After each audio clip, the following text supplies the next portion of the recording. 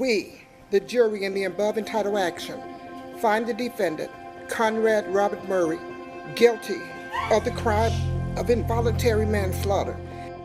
3 days ago, Dr. Conrad Murray was found guilty of the involuntary manslaughter of pop superstar Michael Jackson, who died at his Los Angeles home. The autopsy found Jackson had died from an overdose of the powerful hospital anaesthetic propofol, which Dr. Murray admits using to treat him for sleeplessness. During the trial, Conrad Murray chose not to testify in his own defence, which meant he was never cross-examined about his actions on the day Jackson died. However, before the trial ended, he did speak to me. Murray told me he'd known Jackson since 2006 and became his friend. But at the time in question, he'd been engaged as Jackson's personal physician for his forthcoming UK tour at a fee of $150,000 a month. Conrad Murray received no payment from Channel 4 for this interview. Did Michael Jackson at any point ask you to give him propofol? Yes. And as his doctor, what was your medical opinion? That it was justified generally or not justified? I did not recommend it. As I understand it, Yeah. the use of propofol was your use of propofol for him as your patient became commonplace. Not in that sense. If propofol, I never recommended it. I would never have recommended propofol to Mr. Jackson. So as a doctor, if a patient demands something that you don't recommend, that in your medical opinion is not justified, are you right to give it to him? No. So why did you? Well, I did not give him something. I met him with something. And I felt by meeting him with such an agent on his own, he needed to get rid of it and try to resume a more normal state of sleep. But you were using propofol. In fact, at one stage I read again in the newspaper that you had bought 4 gallons of it. Well, that was sensationalization. Whether or not they want to call it 4 gallons, 55 gallons, Okay, but you did buy some propofol. Yes, and I did. It was for use with him.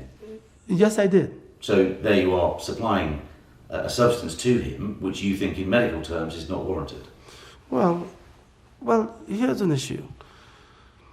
And I will use a scenario and you have to look at this again. If I came to your house and you were a friend of mine, and unexpectedly I saw you with a gun in your hand, I can do one of two things and maybe succeed.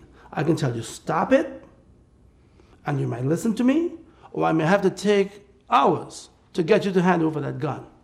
Okay? So I would say basically, it took me a while to take away from Michael something I thought he should not use. So you were working with him to get him off it? That's basically it. Okay.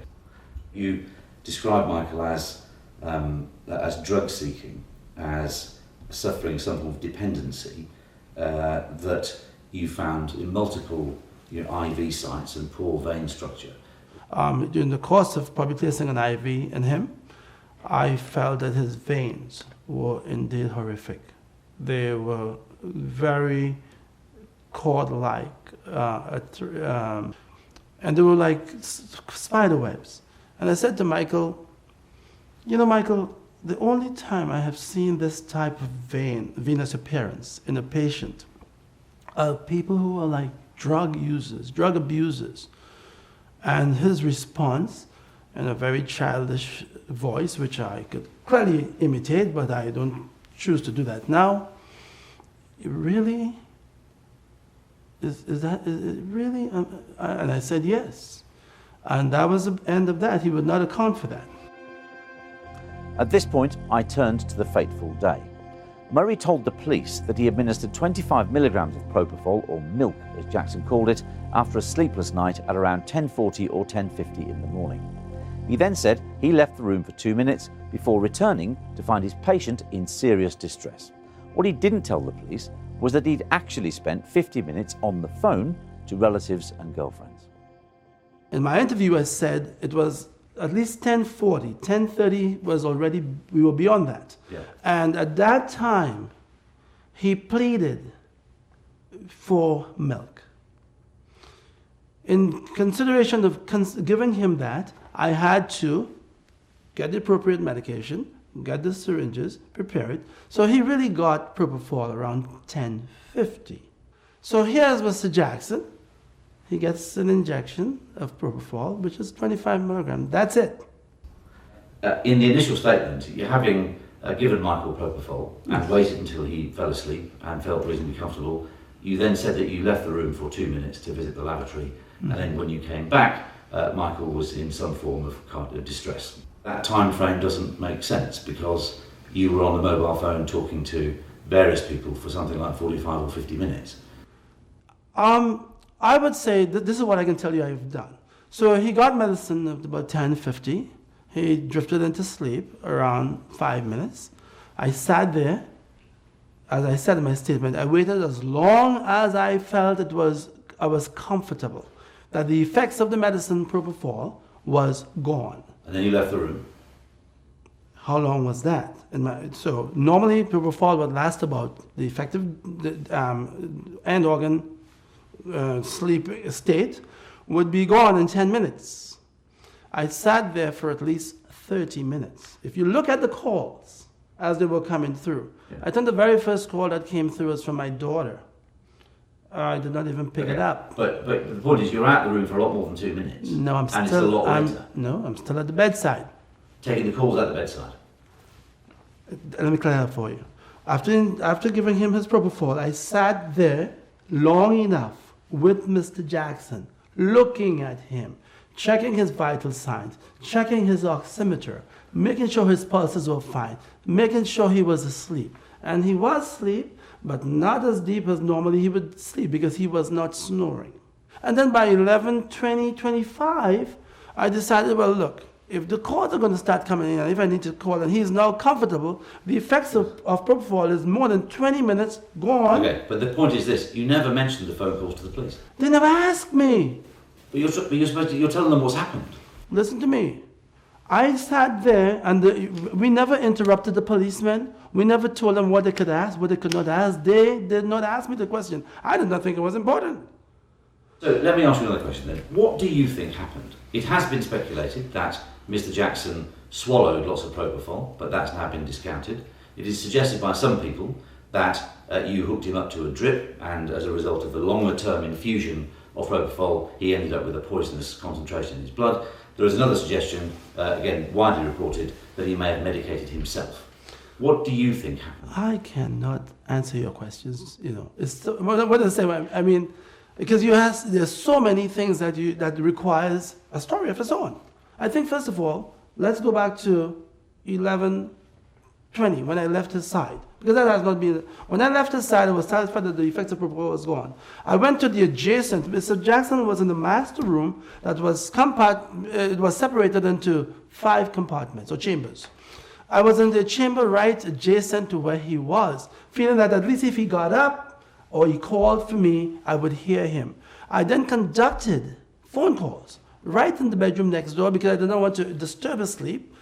At the end of my conversations, or thereabout, with the last inconsequential phone call I was making, rather than going back to him right away, I thought I would go ahead to the farthest, the distant chamber to urinate.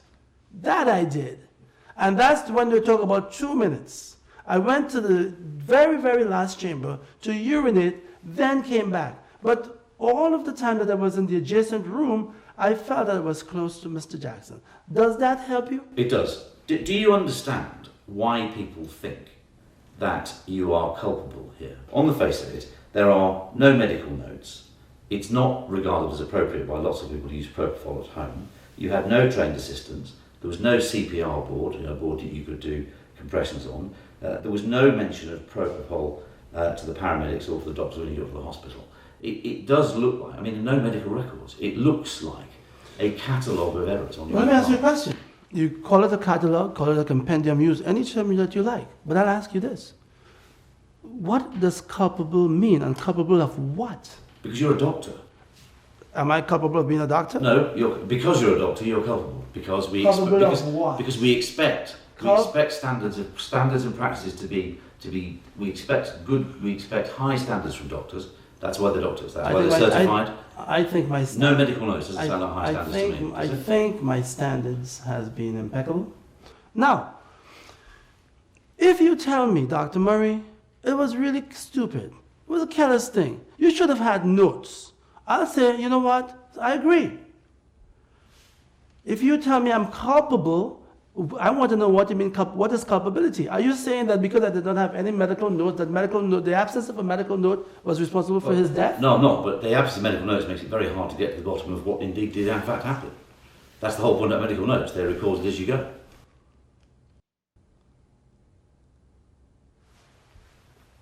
You're the doctor. It was not, I always write notes. The setting in which I was did not give me that opportunity to do it. And clearly, I did not. Was this a mistake on my part? Absolutely. But the absence of notes was not responsible for his death. It does, I take that point. It does look like, for $150,000 a month, which was the fee, I understand, you essentially did whatever Michael Jackson asked you to. Less doctor, more supplier. I am in no way any of what you just mentioned. Well, you And $150,000 that you mentioned, guess what? I am yet to receive one dime of it. Do you accept that it does look staggeringly incompetent? At least. Then you know what? I would say probably for doctors who write incomplete notes, or if I were to... Well, that wasn't the only issue, Wait, was it? No, I'm saying if doctors don't write notes, and for those who write incomplete notes, and includes me, then you know what? You have just included 90% of the world's population of doctors. Let me ask you one more question. You said, We'll be I read in an article, just let me ask you this. We'll be on time. Okay, just let me ask you Go this. ahead. I read an article, you said that, this is very early on, you said to a journalist, you said, if I simply tell the truth, I will be exonerated. Why have you not taken the stand? I did not tell that to a journalist. Well, I'm reading it, it's a quote from the Daily Beast. Daily Beast? You said, apparently, if I simply tell the truth, I will be exonerated. Do you read the Daily Beast? I do. Really? I do. I'm not endorsing them. With hindsight, would you do anything different? Part 2. There never was a part 2, of course, at least not for me. Just 8 days after this interview, the jury found Dr. Conrad Murray guilty of involuntary manslaughter, and he's now in custody awaiting sentence. The documentary that follows covers the 2-year period between Michael Jackson's untimely death and the trial and conviction of Conrad Murray.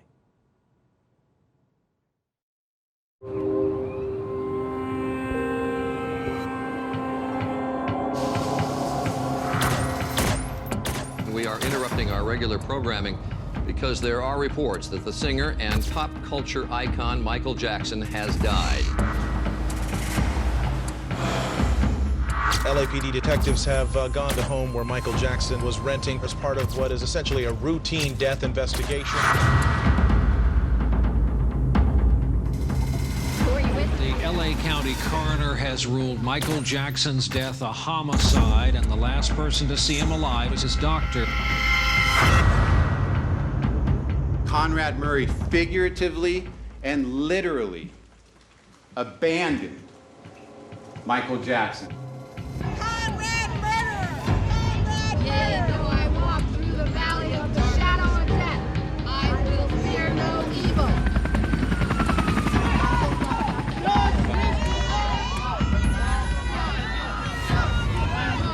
Michael! Justice for Michael! Justice for Michael! Ronald? Yes, Mr. Trump. We got cops on the street, so we're good. Dr. Murray is not a perfect man. He's an imperfect man, like all of us. If the prosecution is going to get up here and tell you he's greedy and callous and reckless, you need to hear the full story about it.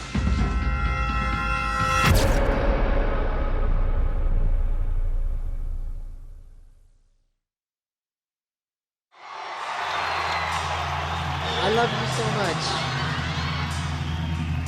In the spring of 2009, Michael Jackson was poised for the biggest comeback of his career. I'll be performing the songs my fans want to hear. A record-breaking 50 concerts that summer at London's O2 Arena. This is it. I mean, this is really it. This is the final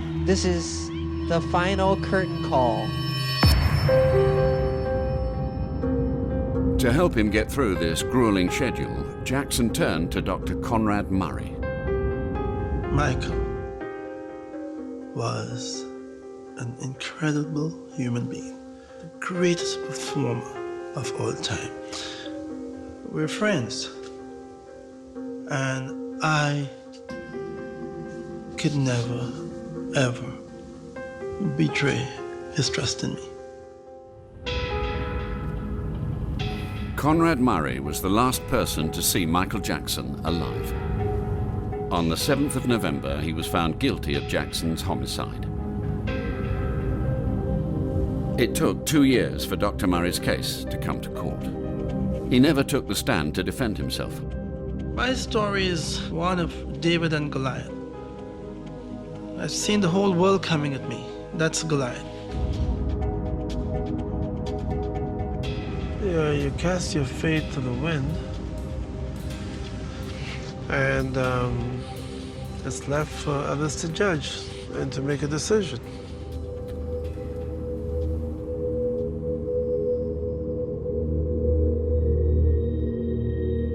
Conrad Murray, as the doctor on scene, had a legal duty of care to use his best medical judgment to do no harm to Michael Jackson. He left this vulnerable man filled with Valium and midazolam and lorazepam and propofol with no medical monitoring equipment, no necessary resuscitative equipment. Conrad Murray's actions directly caused the death of Michael Jackson. We believe that the evidence will tell you this, that Michael Jackson wanted to sleep for 10 hours, was frustrated, unable to sleep, and his doctor would not give him propofol, the drug that he wanted. And Michael Jackson swallowed up to 8 lorazepam pills on his own, without telling his doctor, without permission from his doctor. And when Dr. Murray left the room, Michael Jackson self-administered a dose, an additional dose of propofol, and it killed him. And it killed him like that, and there was no way to save him.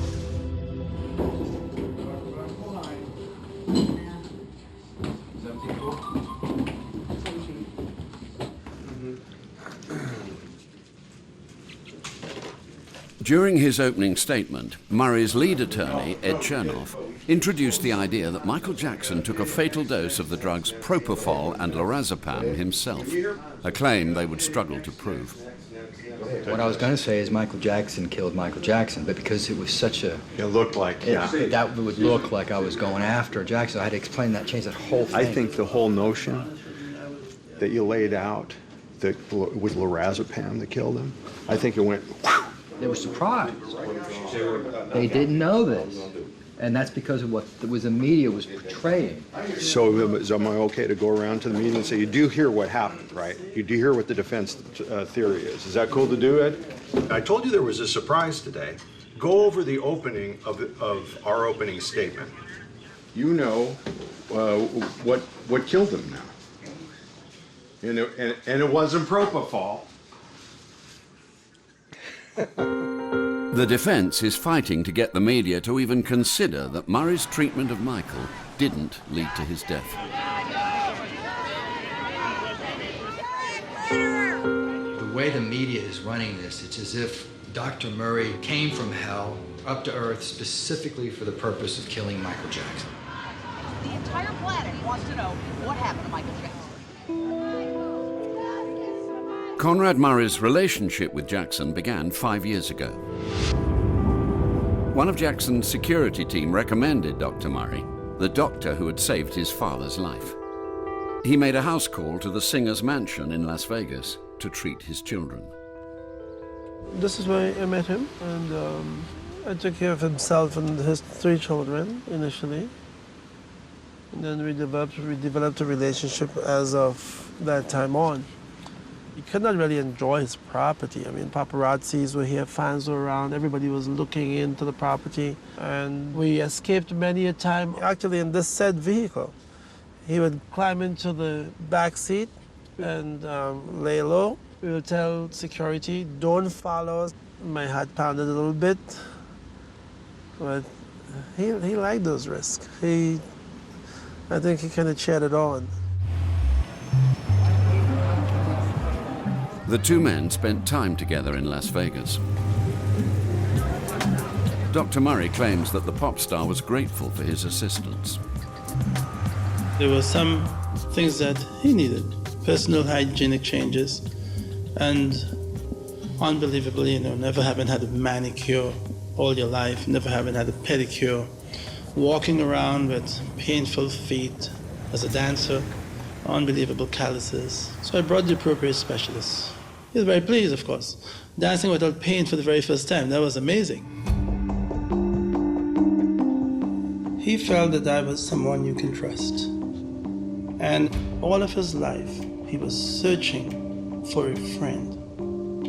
He had very close acquaintances. We spoke about Marlon Brando and his son, Fred Astaire, and Ginger. But friends he did not have. He said, of all my life, I have found one friend, which is you, Dr. Conrad.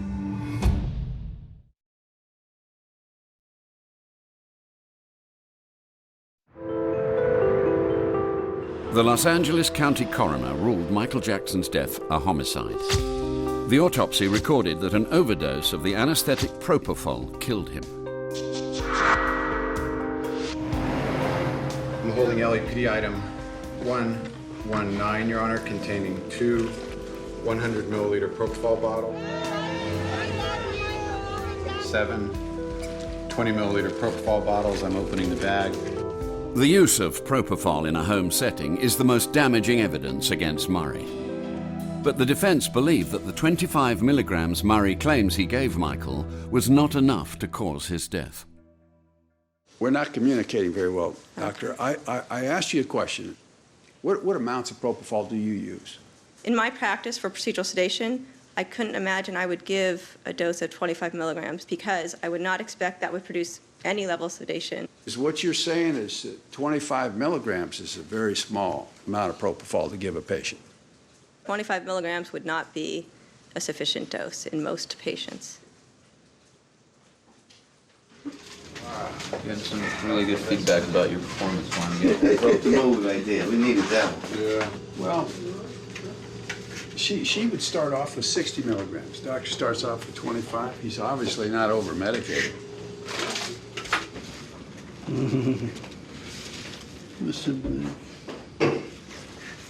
Lots of encouragement, letters. You know, the point is to get the information to the jury. You did that perfectly. I got it. They got it. I saw them get it. Justice for Michael! Murray's lawyers are now working for free. To save money, Michael Flanagan, the LA-based member of the team, and his wife Susan have invited Ed Chernoff to stay at their home. Everybody flocks around, and there's got to be 100 cameras. So she says, well, what about Michael Jackson being so screwed up? I said, yeah. You see why he needed Dr. Murphy? Or Murray? That's what happens when Dr. Murray's not around. Well, you know what? There's nothing wrong with that. You have a First Amendment right to that. In fact, I think that's fantastic. You just didn't call him Murphy. What's his name? This is my filing system here. I mean, I'm up every morning at 4. Every morning. I get up, check my emails. I usually get 5 or 6 emails from hecklers. You know, people just calling to tell me I suck. You know, or to critique my performance. You know, win, lose, or draw, the truth of the matter is this is going to change everything I do from now on. There's not going to be any other case like this. 4 months before Jackson's death, Dr. Murray closed his Las Vegas and Houston clinics to become Michael's personal physician. Murray claims Michael wanted him to help prepare for the extraordinary demands of the This Is It concerts. He said, Dr. Conrad, I have watched you. I have looked at you for so long. And I said, why were you looking at me? What was that about? He said, I looked at you because, and I tested you, and you are the one. It was April 2009 when Murray moved to Los Angeles as Michael Jackson's full-time physician. He was granted special privileges in Michael's new home. I had the entire reign of anywhere I wanted to be in the house. And the only people that was in the home would be the children, Michael, and myself. Security never permitted to come into his house. There was a second bedchamber and adjoining bathroom, which was off limits to everyone but Michael. He always had a chamber that was exclusively his.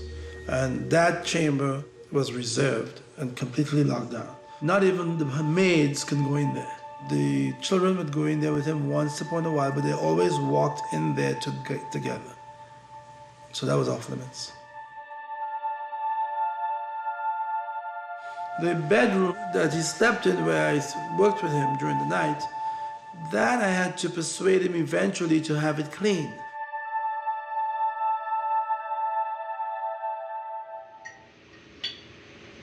Dr. Murray's never been in that bathroom. That's off limits even for him. Nobody's been in that bathroom. And it looks like it hasn't been cleaned for months. When those pictures start coming out, and the public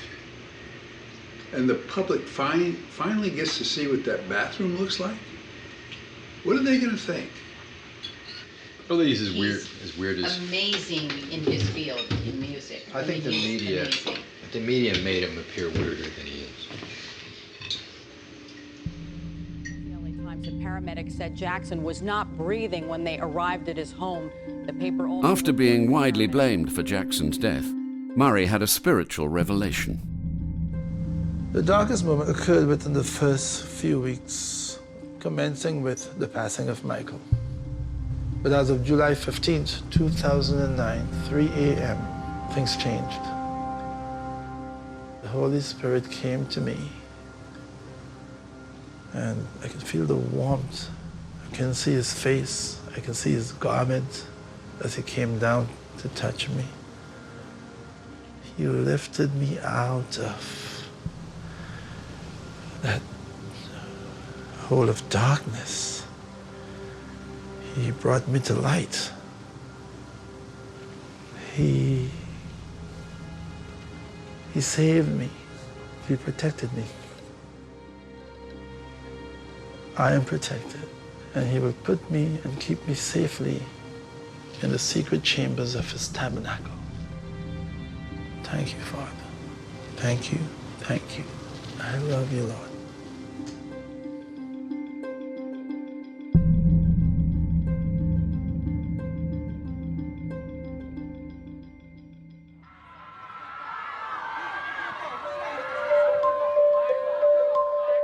Michael Jackson's life changed forever with his trial for child molestation in 2005. He was acquitted, but his reputation was in tatters. By 2009, he was suffering financially and was even more isolated.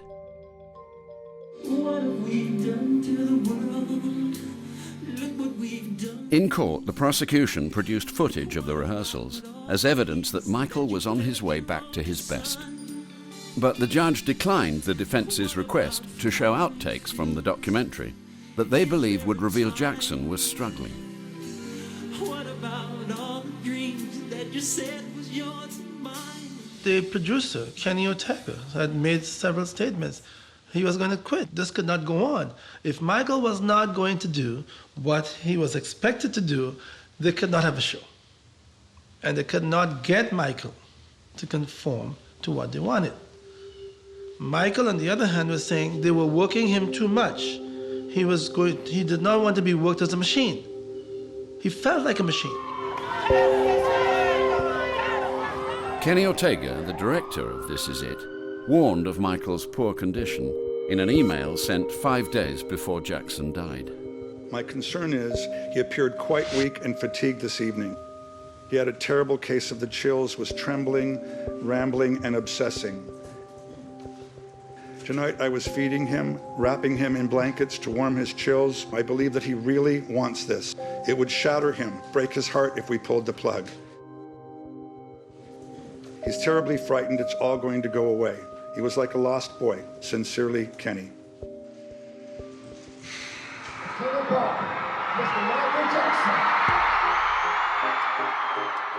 With all 50 shows sold out, Ortega's email had an immediate impact. A crisis meeting was called at Jackson's home with Michael, Ortega, Dr. Murray, and Randy Phillips, the CEO of AEG Live, the concert promoters. Dr. Murray spoke for Michael on the situation and guaranteed us that Michael would get into it, would connect. According to Murray, Randy Phillips took him aside to warn him of the dire financial consequences to Jackson if the London concerts were cancelled. That's when I got the shock. Randy Phillips asked that I just step out the living room when the meeting had ended. And this is him, grinding his teeth. He does not have a fucking cent. A fucking cent. What's this bullshit all about? Listen, this guy is next to Skid Row. He's going to be homeless. The fucking popsicles that his children are sucking on. Look, those kids. What's that all about? 9 security guards? Why does he need that? I'm paying for that shit. I'm paying for the toilet paper he wipes his ass with. He doesn't have a fucking cent. And if he don't get this show done, he's over. This is it. This is the last chance that he has to earn any kind of money. He's ruined. Financially, he has nothing. Zero. Under oath, Randy Phillips denied any such conversation. You did not go to Dr. Murray after the meeting and tell him anything? No. All right. You don't know if Kenny Ortega did? No. We all left together, so I don't think so.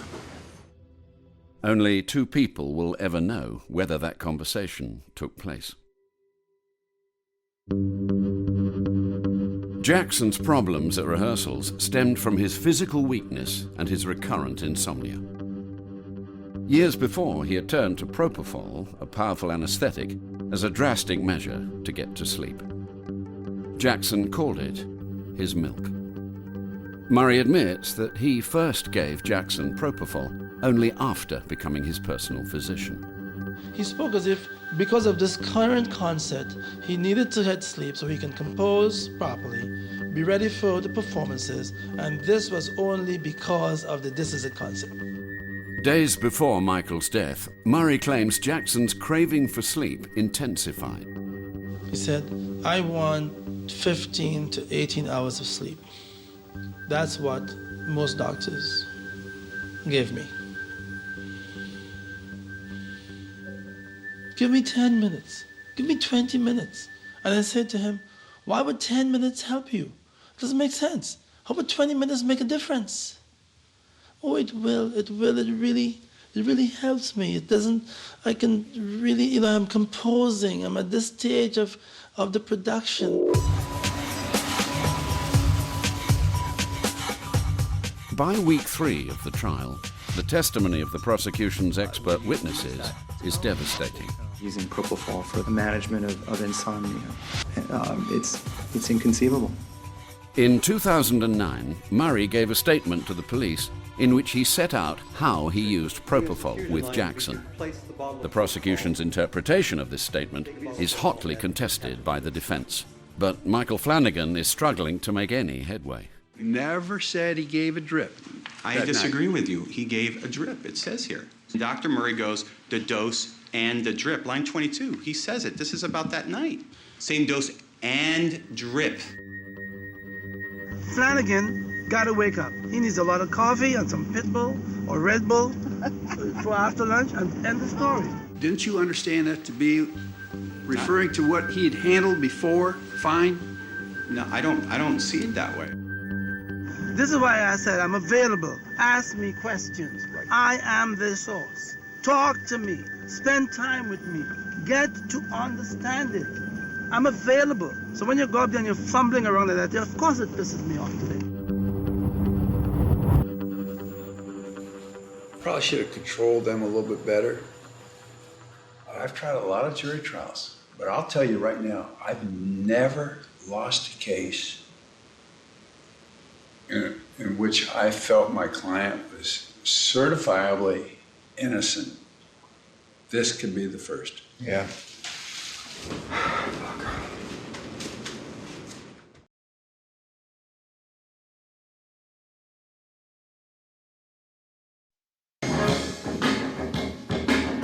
Rehearsal footage of Michael Jackson is submitted as evidence of his well-being. It was recorded after the crisis meeting at Michael's house, and, according to the doctor, after he had started weaning the pop star off his reliance on propofol.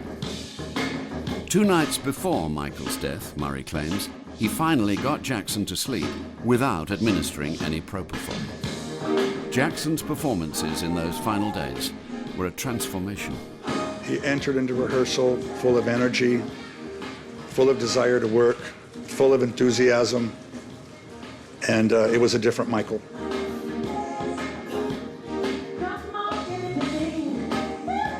We had 2 very successful days at rehearsal. Michael was feeling great, and he looked at me and he asked me if I was happy, and I said I was happy, and I asked him if he was happy, and he said he was very happy.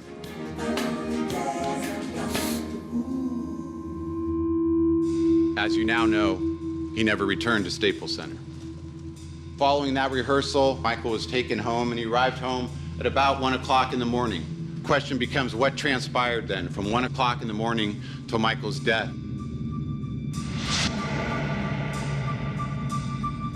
Jackson was driven home by his entourage. Even at this late hour, his fans were waiting. They would pull up to the front door. I would help opening his door. And the fans always gave him a lot of gifts, a lot of cards or flowers. And he asked us to stop so that he can take some time to speak with his fans. So he spoke with his fans for maybe 60 seconds. And we would take the gifts and place them at his steps. And he would greet us before he went upstairs, good night, or whatever he would say. He said good night, and that was it. Was that the last time you saw him alive? That's the last time I saw him, yes, sir. It had been another good rehearsal.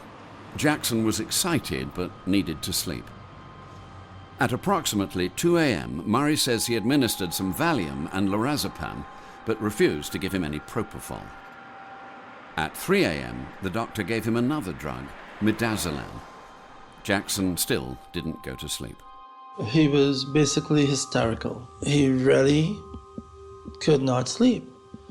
And he begged and pleaded and asked me, please, please, Dr. Conrad, I need some milk so that I can sleep.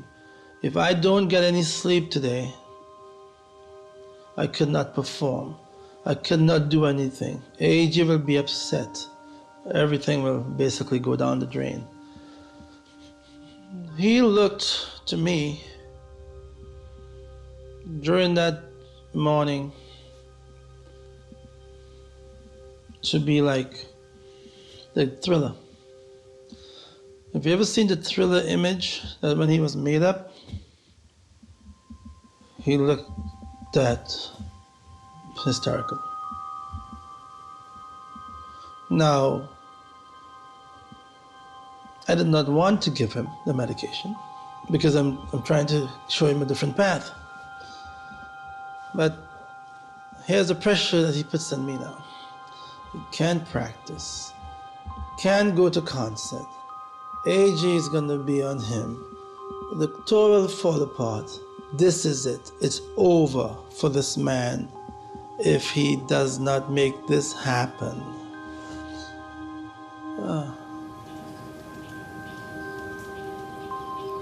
I fought and struggled I rubbed his feet.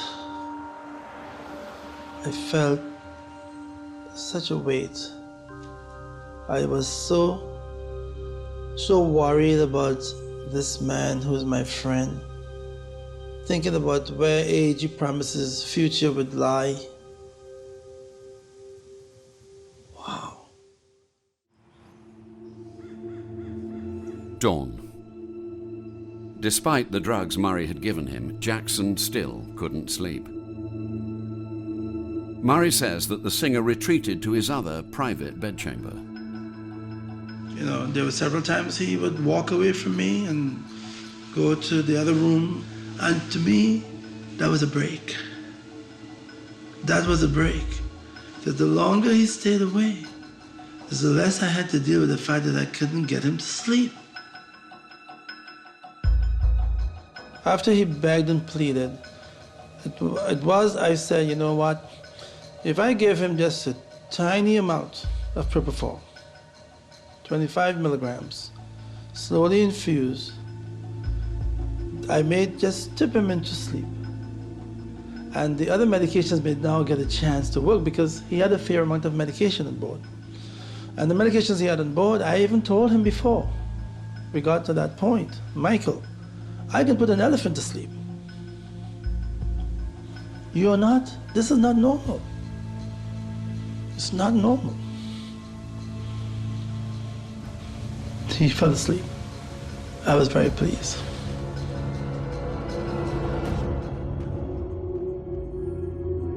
It was 10:50 in the morning. Murray says he then watched over Jackson for 25 minutes.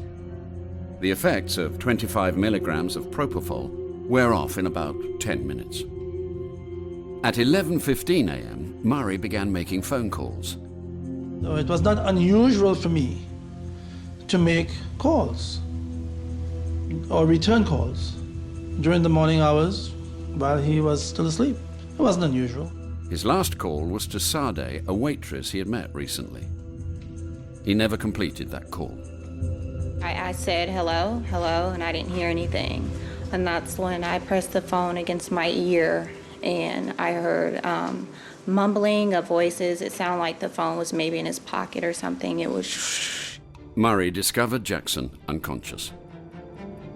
He was not breathing. So my concern was, has those agents, the Valium, the Ativan, the Versed, acting in concert, has now overwhelmed him once he went to sleep. Not 25 milligrams of propofol. Instead of calling 911, Murray attempted to revive Jackson. No one heard his shouts for assistance. He called Michael Amir, Jackson's head of security. No answer. He ran to get help. I saw Dr. Murray come down the stairs into the kitchen in a panic, in a frantic.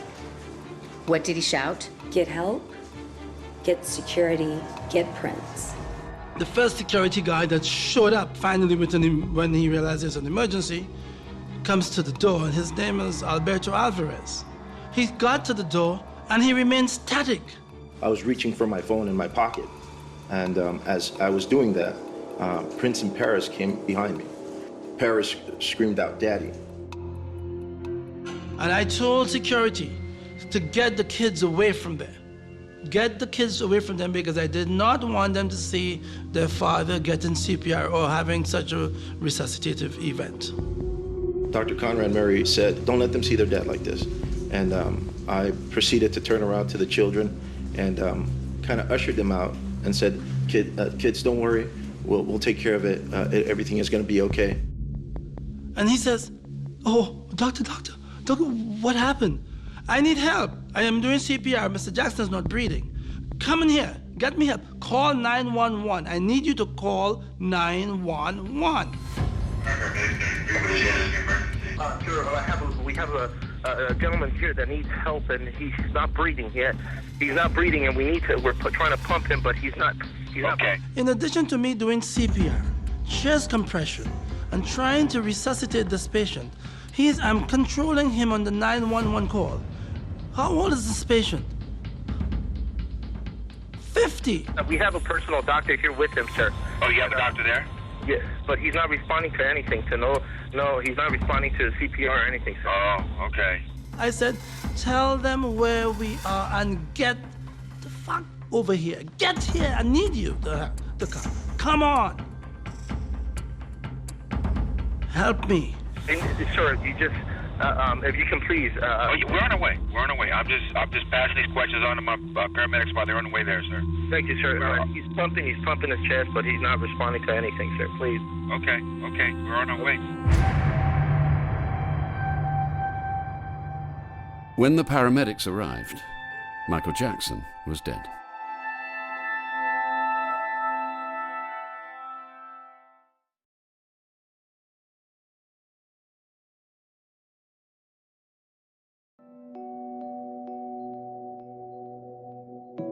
In May 2010, Murray's Las Vegas home was repossessed. He hasn't worked in months. Even before the guilty verdict, Dr. Murray had started to reevaluate his relationship with Michael Jackson. I do not think that he would have had an active intention to do me harm. But I think through his most intense desire to have me there with him, it was intertwined with a degree of betrayal. Michael Jackson's death stunned the world. We understand that pop star Michael Jackson apparently suffered a heart attack at his home in Holmby Hills right after about 12:30. Confirmation tonight, pop superstar Michael Jackson has died at the age of 50. 7 different prescription medicines were found in his body. An overdose of propofol and lorazepam killed Michael. Over the course of the 6-week trial, the prosecution have made a compelling case against Dr. Murray. Their argument goes much wider than the cause of the overdose.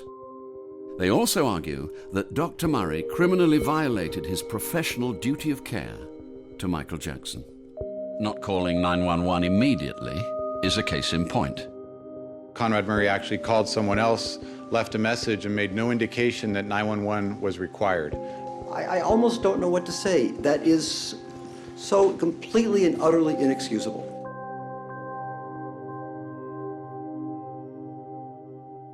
I've never been in a situation where I was alone, trying to do all of these things with no help in sight, in such an odd situation where I couldn't shout for help. I didn't have a phone there to call for help, and the only one phone access I had was Michael Mayer, who was his head of security, right? As a cardiologist, what did I need to do? I am not a lay person, I'm trained. If I say a man is down and I'm on the scene, I will resuscitate you. If somebody in the house, not just you, but somebody in the house who called 911. If you call 911, you've done the right thing. If you've got an expert doctor in the house and he can do what they're going to do when they get there first, calling 911 is a delay. And again, no reason to call 111 unless he had continued to persistently remain impaired or so, right? However, if he came out of it and he was fine, he and I would have had to have a serious talk, and I would have taken my bags and said, you know what? If you allow that to happen, when I'm anywhere in the vicinity of your environment, I'm gone. That would have been my exit. He was so... That was going to be my exit. You understand me? Because there's no discussion he could have had with me that day to compensate for the unexpected change if it was as a result of his own hands. I went there to take care of a healthy man who said he was fine, to just keep surveillance in case my kids get sick or I get the flu, help us to choose the right better foods and wash our hands so we don't get infected. But once I got in there, I was entrapped. Okay? Go ahead, enjoy. Yeah. With the trial drawing to a close, Dr. Schaefer is proving to be the prosecution's most compelling witness. Dr. Schaefer, you've very clearly described 17 egregious violations of the standard of care. These 17 violations individually were likely to result in injury or death to Michael Jackson. Yes. The defense have their own expert witness, Dr. White. But after Schaefer's devastating testimony, they can't agree on the best strategy. Guys, what about standard of care? Because standard of care is not the best care possible. We can't get into that battle. We start arguing whether or not it was standard of care was correct or not. Okay. The jury thinks Dr. Murray is a death doctor. Well, he's presented Dr. Murray as a non-doctor, less than a layperson. And I think the jury believes all that. Yeah. We have to bring him back to the issue of causation. You got to get it to be a cardiac arrest that starts this thing. Otherwise, you lose mathematically. Do you really honestly think that during cross-examination of Schaefer, he's going to admit that it's a cardiac arrest, and we're going to have that argument, that conversation? No, I think he's got to admit he doesn't know because he has never studied the effects And of as soon as I that. ask him, isn't it true you don't know, he's going to say, I do know, and here's why I know. Here's this, and this. And we're not going to do that. We're not going to get into science with this guy. That's what we have a scientist for. No. Well, I'm not going to argue with you about methodology, Mike. I'll keep my mouth shut. I'm not going to have an argument with the guy on the science. No, fuck you. I'm not going to do it, Mike. You want to spend 3 hours doing that? Go ahead. No. You don't see the issue. Gotcha. He's got it all mathed out for you, and you're missing it. All right. See you guys tomorrow.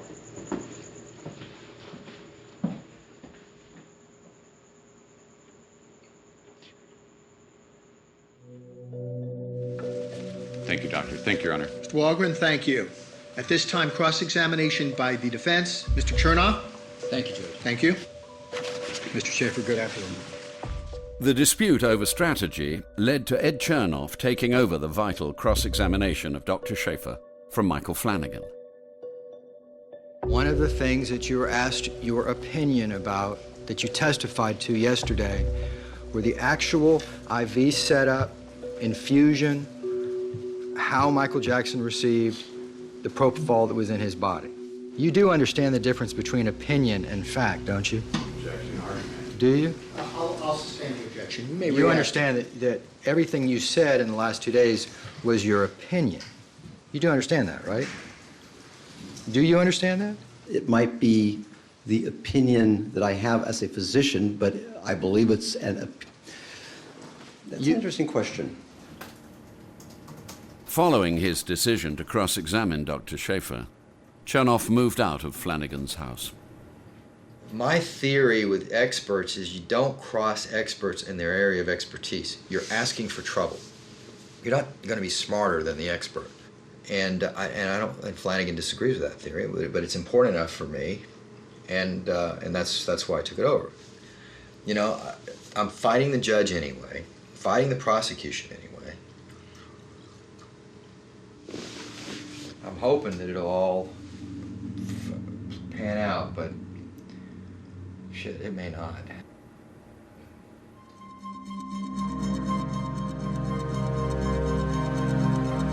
He killed Michael Jackson. Kill him.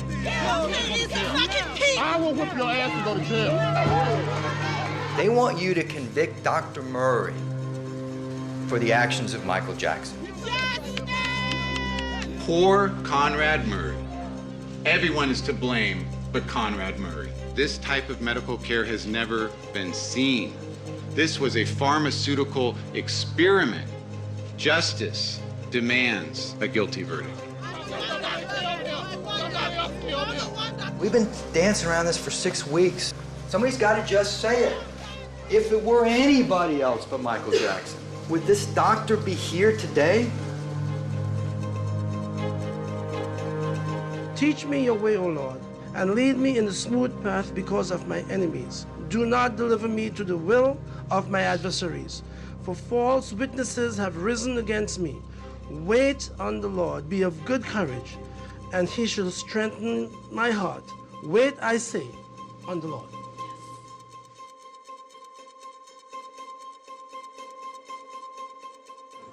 Ladies and gentlemen of the jury, I am advised that the jury has reached a verdict. We, the jury in the above entitled action, find the defendant, Conrad Robert Murray, guilty of the crime of involuntary manslaughter.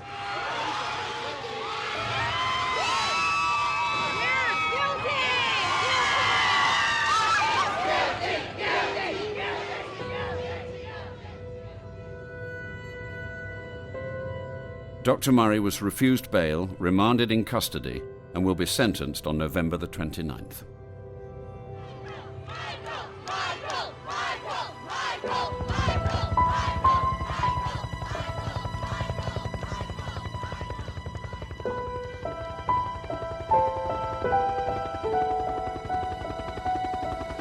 It was so sad. It was just horrible.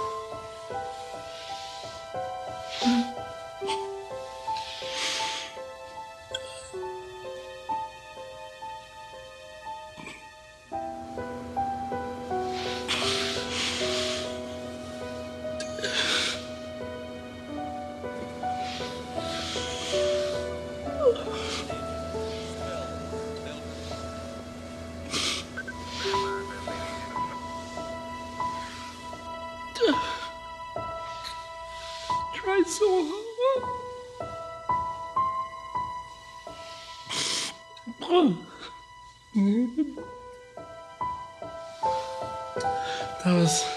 That was just horrible. I don't want to relive that experience. I remember running down the hall in the ER and I was punching the wall. I was punching the wall. I don't want to lose him. I love him. I don't want to talk anymore.